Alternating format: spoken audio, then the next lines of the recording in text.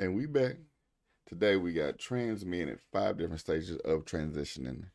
Time capsule. This is a Jubilee video. But first of all, I want to thank y'all for, well, second of all, I want to thank y'all for 100 subscribers.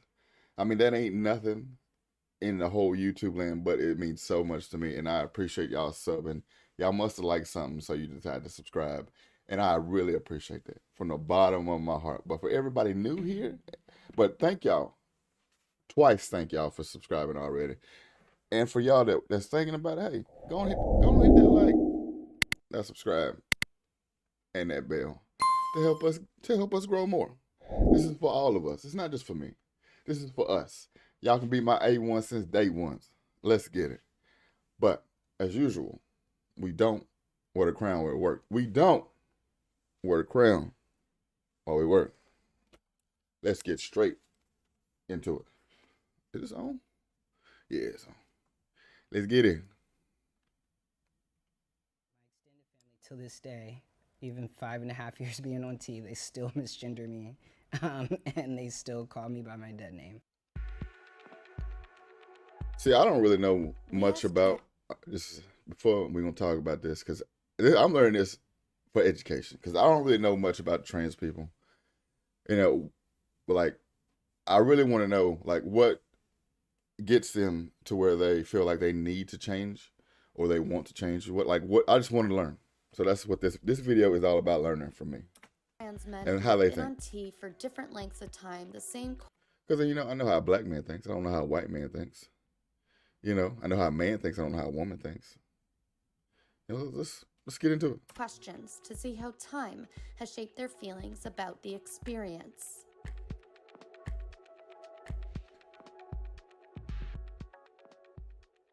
My name is Lucky. I am 41, and I've been on T for approximately 11 years. My name is Marcus. I'm 27 years 11 old, years. and I've been on T for 5.5 years now. My name is Marcel. I am 27 years old, and I've been on T for 2.5 years. My name is Gibby. I'm 18 years old, and I've been on T for 5 months. Hi, my name is Noah. I'm 17 years old, and I start T in 2 days. I was Yeah. probably like 8 years old. I always just would choose to be the guy in any like situation, like playing with friends. And when I was younger, I'd want to be the dad. Like, I was very young, actually. I hated being called beautiful. I hated being referred to as she or ma'am. And I felt more at peace when someone called me handsome or he. I was probably 6 years old. That's crazy. I was 8 when I found out that I wasn't biologically born male. But there was no language 20 years ago. There was no language damn near 10 years ago. That I don't know if he said that right, or am I just, I mean, help me out. But he said he found out when he was 8 he wasn't born a male, born a biological male. Did he mean that's when he realized he wanted to be a male, or that he really found out that he wasn't a boy? Help me out right here. The first moment I took my T shot, it felt like, wow, like I'm on the road to being who I feel like inside. I did have a little bit of point where I had too much testosterone in my system and I was very much a ball of rage. And then I kind of went to therapy and we calmed that down a little bit. I can't cry. Like, I'll feel sad. Like, don't get that wrong, but the tears, I don't know if you're gonna get them that day. like I'm kind of a lot more irritable. I kind of feel like I have a little more shorter of fuse, but after being on T for a couple months and 5 months is like, I have a motivation to get up. Well, good. I mean, My everybody needs some kind of relationship with motivation. my body and gender dysphoria, it's kind of like an ongoing war. Hold on, I want to read that. I missed that. Kind of like prison. Oh, I was just really disconnected with. Hold on. When a person's gender identity differs from their sex assigned at birth or sex-related physical characteristics, that's genders. Oh, I knew that.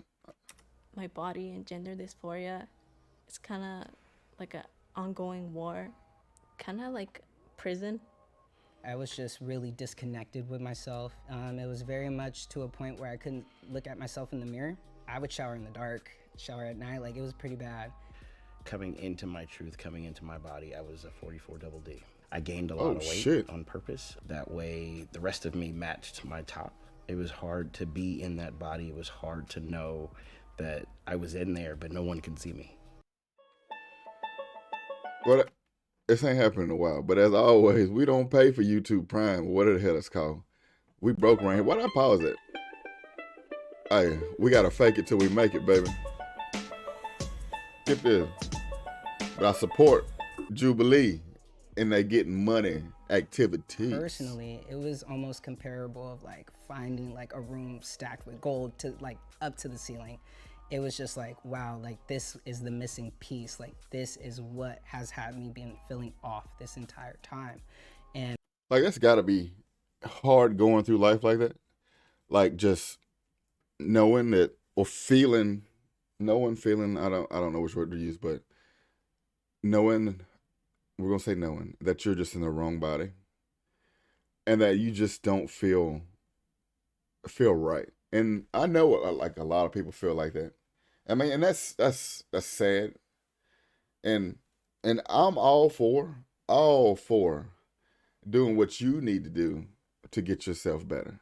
As long as you ain't hurting nobody else, like why do other people really have a problem with it? Like I don't understand the people that are like, "Oh, I'm against it. I'm gonna go kill him." Like why? Like why does that even come in your head?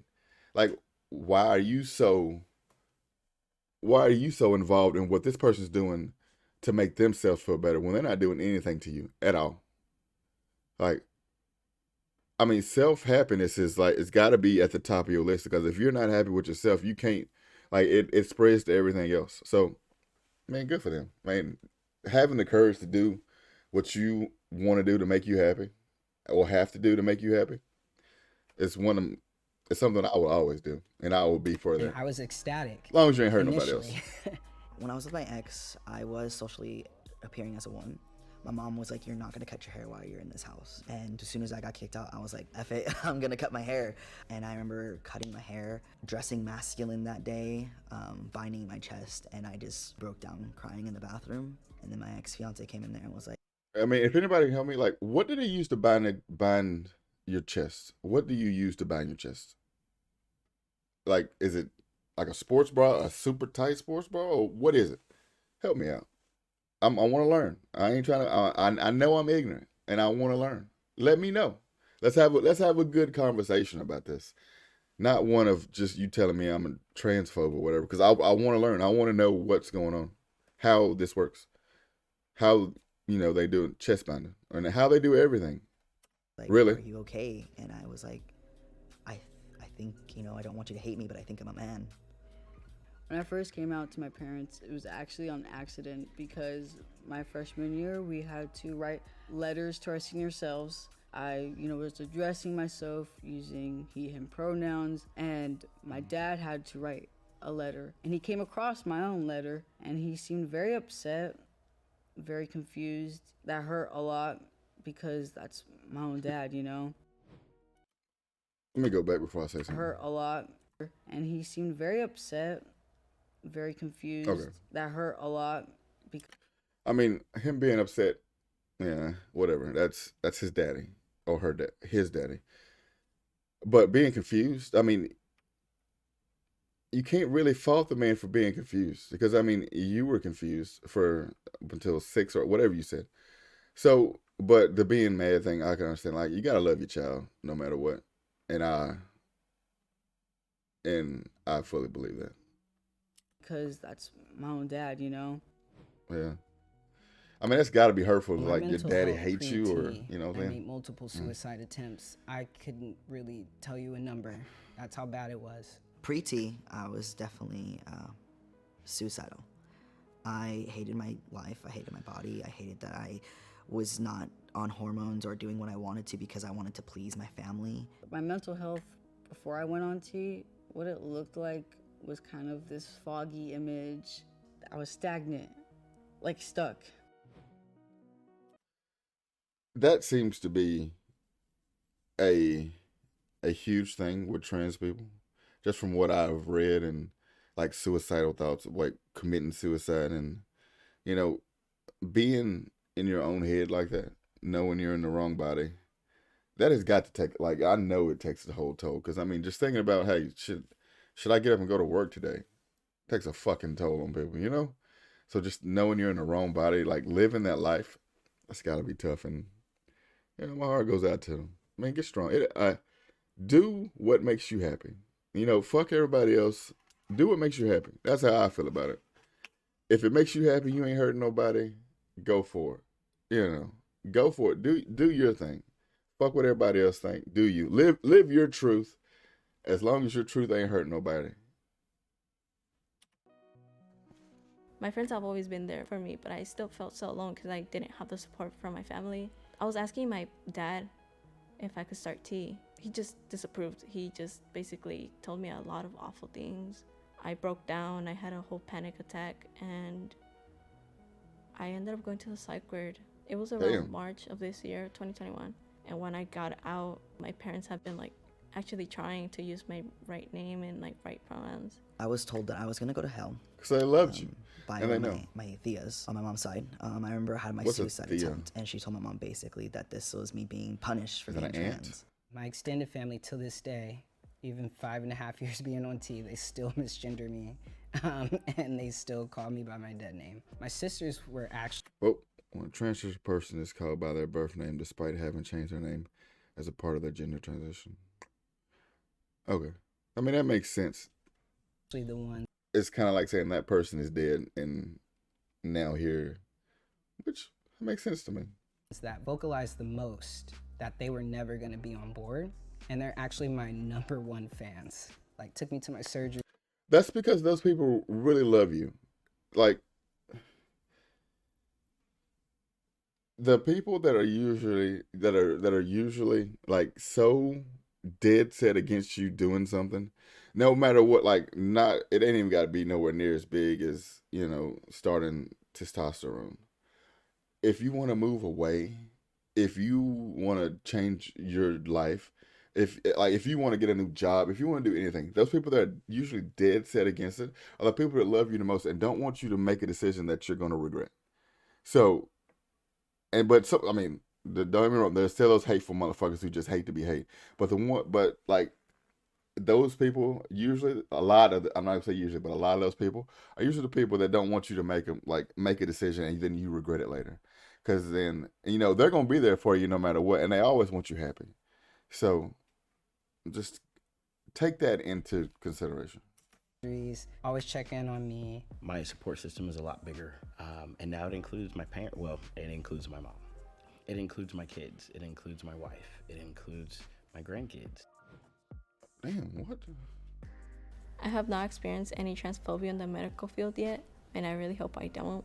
And like, the nurses, doctors have actually been really supportive. They have also been really helpful to my parents and educating them. Absolutely experienced transphobia in the medical field. I'm about to say, all of the well, one reason is because he's black. So anything that he does that's outside the normal is going to be ×2, ×3. Just, I mean, no matter what you say, being black is, you gotta fucking do better, be better, just to get lesser fucking treatment.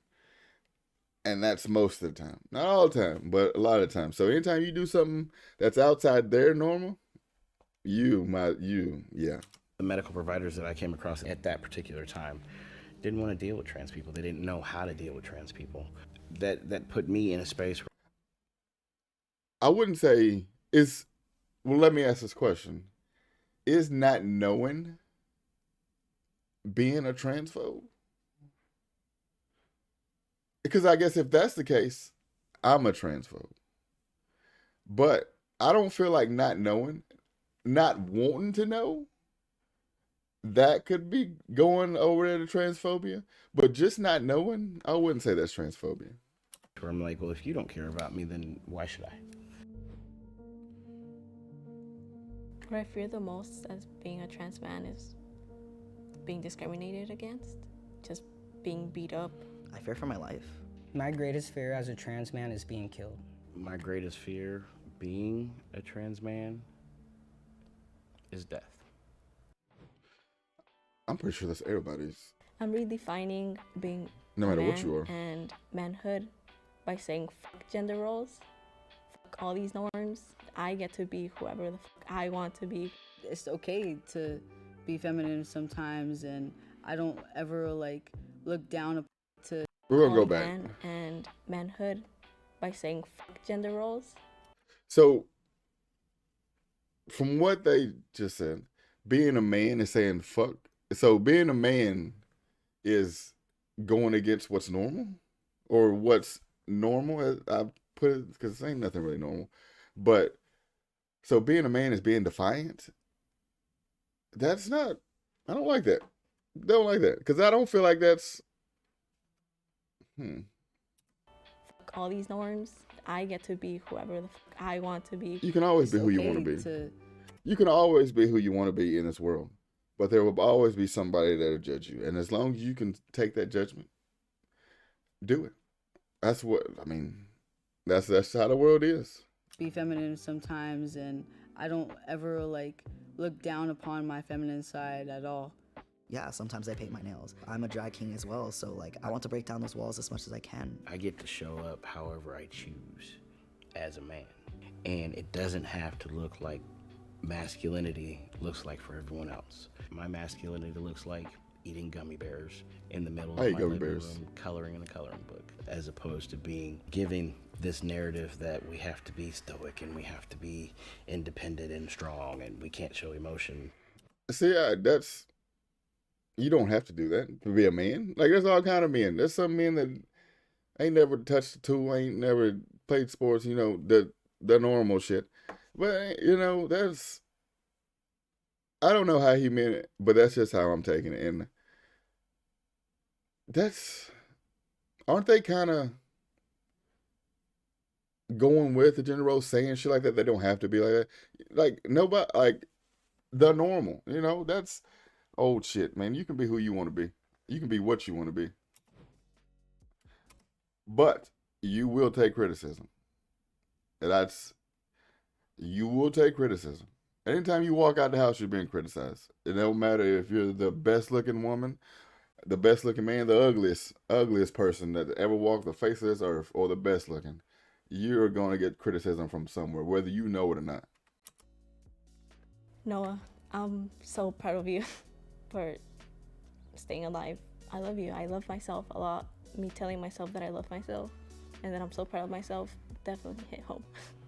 You're becoming this fantastic young man, and if you just keep being you and just keep making other people laugh and love life, you're gonna be good.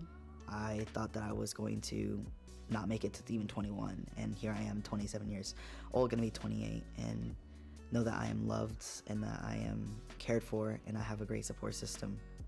In this very moment, the message I would like to send to myself is keep going. I would say Let me hear what he said.